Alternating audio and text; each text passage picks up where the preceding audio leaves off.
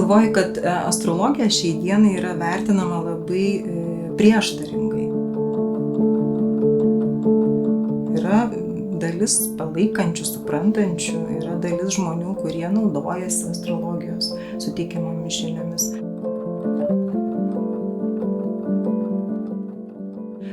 Bet yra nemaža dalis žmonių šiai dienai, kurie astrologiją žiūri skeptiškai. Netgi laiko, kad tai kažkas nerimto, gal pramanai.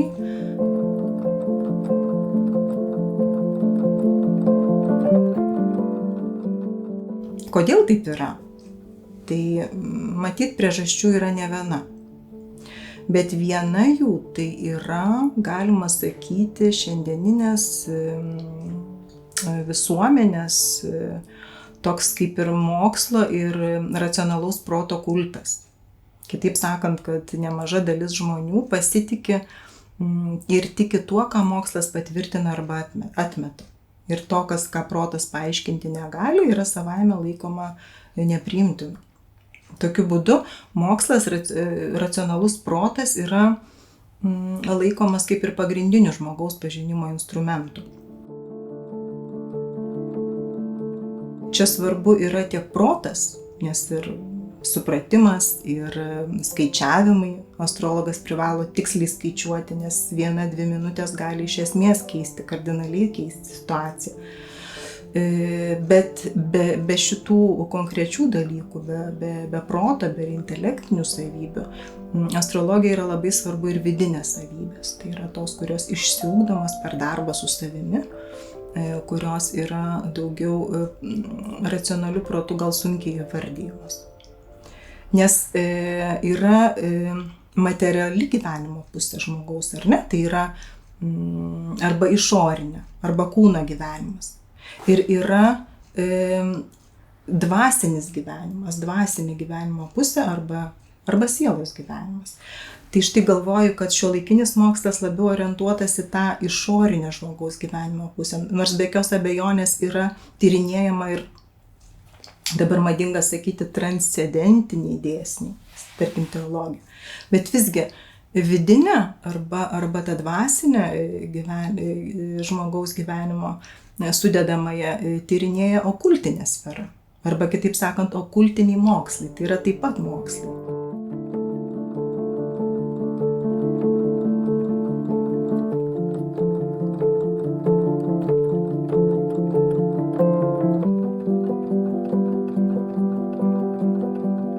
Taigi visame tame tikėjimo kultūros kontekste astrologija senajam žmogui, senosiams civilizacijoms tai buvo būdas sužinoti dievų valią, savaip išgirsti dievus, būdas su jais kalbėtis. Na, dabartiniam racionaliam žmogui tai iš tikrųjų kelia šypsnį. Bet taip yra, kad dabartinis žmogus, protingas, racionalus žmogus, jam daug kas kelia šypsnį ir dabartinis mokslas dangų, žvaigždes, visą tai pavertė skaičiais, formulėmis,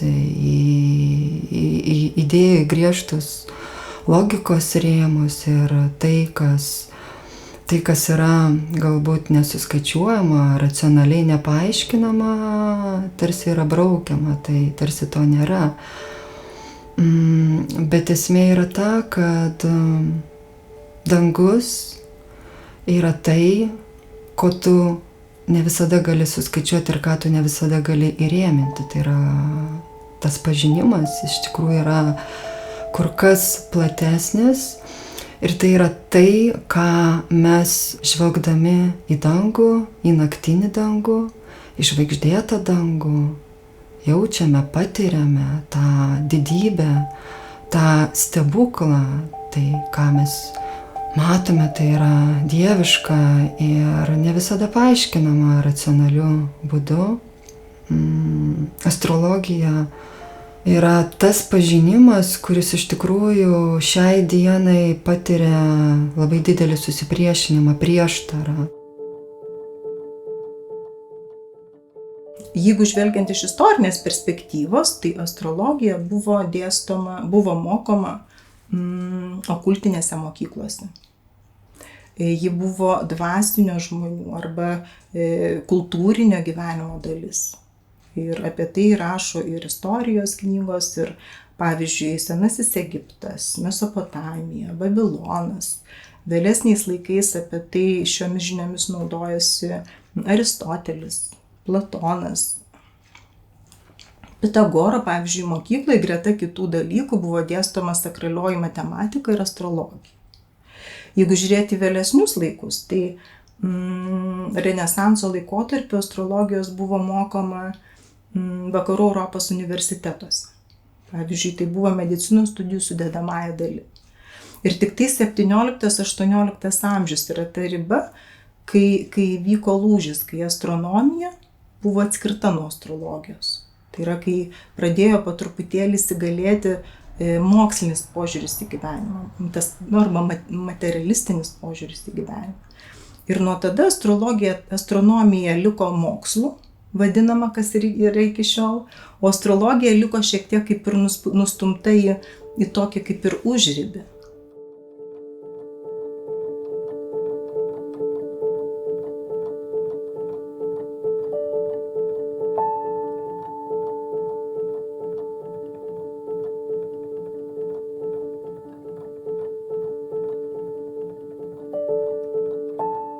XVI-XVIII amžiuje prasidėjus industriniai revoliucijai, astrologija tapo per technologijas, per išplitusią spaudą, kuri tapo prieinama masėms. Astrologija kartu išėjo į tam tikras platumas, į mases. Ir natūralu, kad jinai įgijo labai tokį paviršutinišką priėjimą. Na ir ten buvo pradėti spausdinti almanachai, populiarūs žurnalai, kuriuose buvo gausu įvairiausių pranašysčių, bet visa tai buvo toli nuo to, kas yra iš tikrųjų ta tikroji astrologija. Tai buvo visa tai labai paviršutiniška ir tai, galima sakyti, tęsiasi dalinai iki pat šios dienos, iki pačių dienų.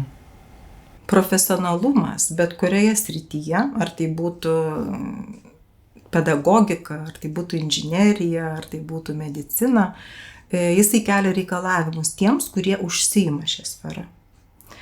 Kurių nesilaikant, žinios naudojamos arba nesistemiškai, arba padrikai, arba jos yra dalinės. Taip sakant, tokiu būdu gimsta diletantizmas, neišmanimas, ar dalinis išmanimas, ar šarlatanizmas.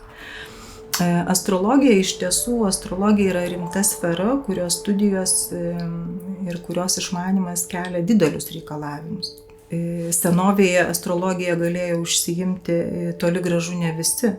Šių žinių reikėjo nusipelnyti. Šios žinios buvo skirtas išskirtiesiems. Šiai dienai iš tiesų mes gyvenam kaip ir informacijos erdvėje. Informacijos yra daug, jos galima gauti visur ir astrologinės žinios, galima sakyti, prieinamos visiems. Ir kažkuria prasme tai gal ir yra gerai, tačiau kartu tai yra išbandymas ir tiems, kurie imasi šios sferos. Ir kartu tai yra pagunda iškreipti, ją suprimityvinti. Man, pavyzdžiui, kaip medikei, iš tikrųjų dažnai kyla klausimas, stebint tokias pasiūlas, kurių galima rasti ir internete, išmokti astrologijos per kelis mėnesius, pavyzdžiui, arba, kad ir per metus, pradėti konsultuoti po metų ar 2 ir dar daugiau pradėti mokyti po metų ar 2. Nes lyginant, sakykime, su medicina, kuri tyrinėja tik žmogaus fizinį kūną, šiek tiek psichikos, studijos trunka apie 10 metų. Yra tikrai daugybė tikrinimų, patikrinimų žinių ir taip toliau. O astrologijos tyrinėjimo, pažinimo objektas yra nepalyginamai didesnis. Ir todėl studijų ir trukmė, ir atsakomybė turėtų būti atitinkama, nes aš galvoju, kad astrologijos mokytis reikia visą gyvenimą.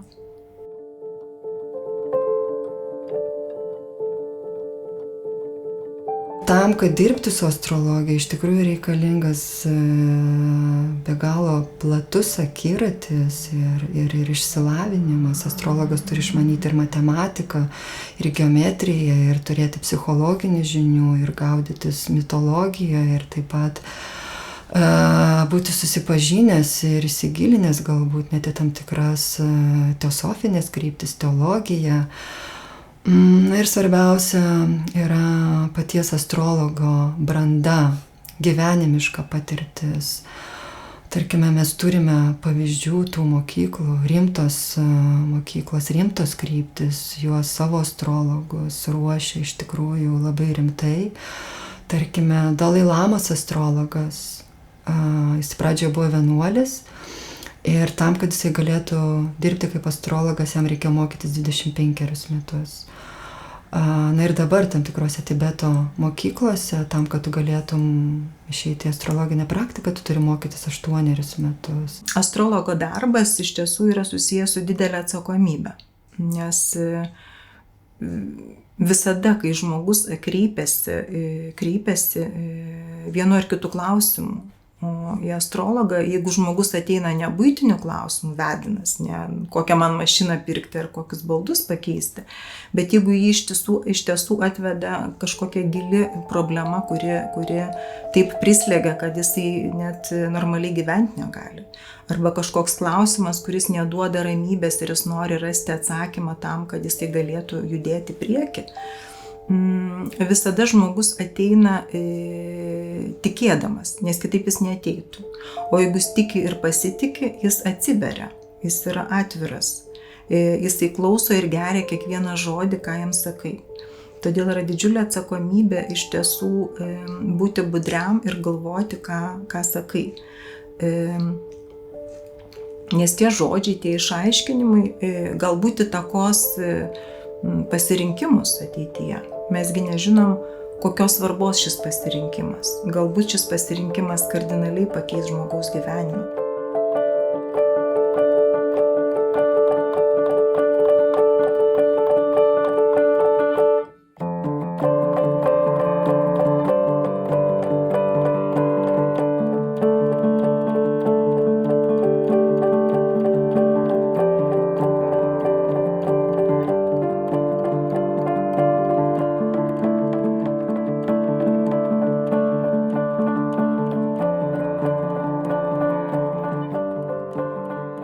Tokiu būdu aš prisidėsiu prie šito pasirinkimo. Visos profesijos, kurios dirba su žmogumi, kurios padeda žmogui, kažką išaiškina, padeda kažką išspręsti, jos yra susijusios su atsakomybė. Kita vertus, astrologas iš tiesų yra atsakingas ir prieš pačią sferą, tai yra prieš pačią sritį, kaip jisai ją atstovauja. Tokį veidą, tokį gylį, tokį supratimą jis ir kuria. Jis atsakingas prieš mokytojus, kurį jį mokė, ir prieš savo kolegas, kurie užsiima. Tai atsakomybės klausimas, kalbant apie astrologiją, yra vienas iš esminių, aš galvočiau.